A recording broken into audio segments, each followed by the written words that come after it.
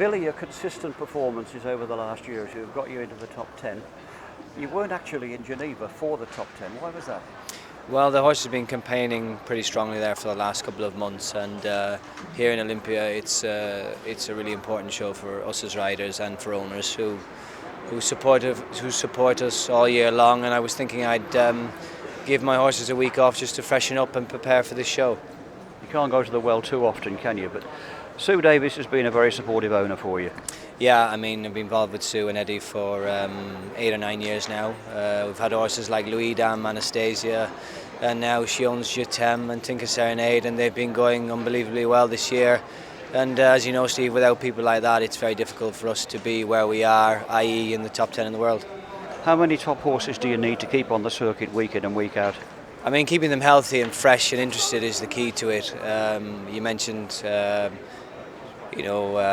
campaigning them too often can be of a detriment to you, so it's important to keep them fresh, keep them interested, like I've said. In an ideal world, it would be great to have 10 top horses, but nobody's really in that position. The two I've been going on with, I've been able to jump Tinker Serenade in the World Cup today and maybe jump Jetem in the Grand Prix on Sunday, so that's been the sort of what's worked for me during the year, instead of jumping them day in, day out, Kevin Stoter's #1 in the world. I mean, he would have 4 or 5 or maybe even 6 Grand Prix horses where he could pull out for a top competition. Ludger Beerbaum the same, and a few more like them. So it's tough to compete with guys like that and stay there week in and week out. Yeah, I suppose that does put them at an advantage, but that's what you're up against. That's what you have to deal with.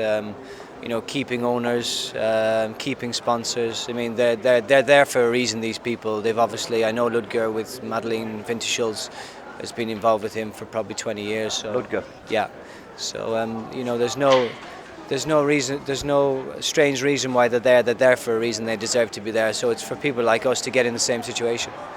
It's just about halfway through the World Cup series at the moment. It traditionally hots up around about Geneva last week and Olympia this week. This is where it really takes off, and it's a struggle for points now, isn't it? Yeah, I mean, I think I've 27 points now, so I'm in or around the top 10.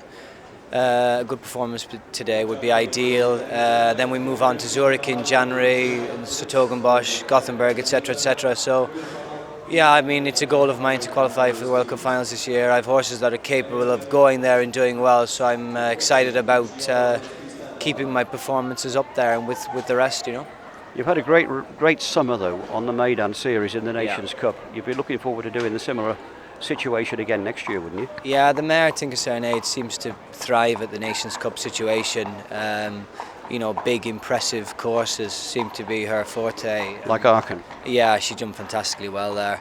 I mean, you can't. It doesn't seem that you can build big or difficult enough for her the way she's been campaigning this year. And then she went on to the championships in the end of the year and was 11th individually. So, fingers crossed. I've had a great year with both of them, to be fair.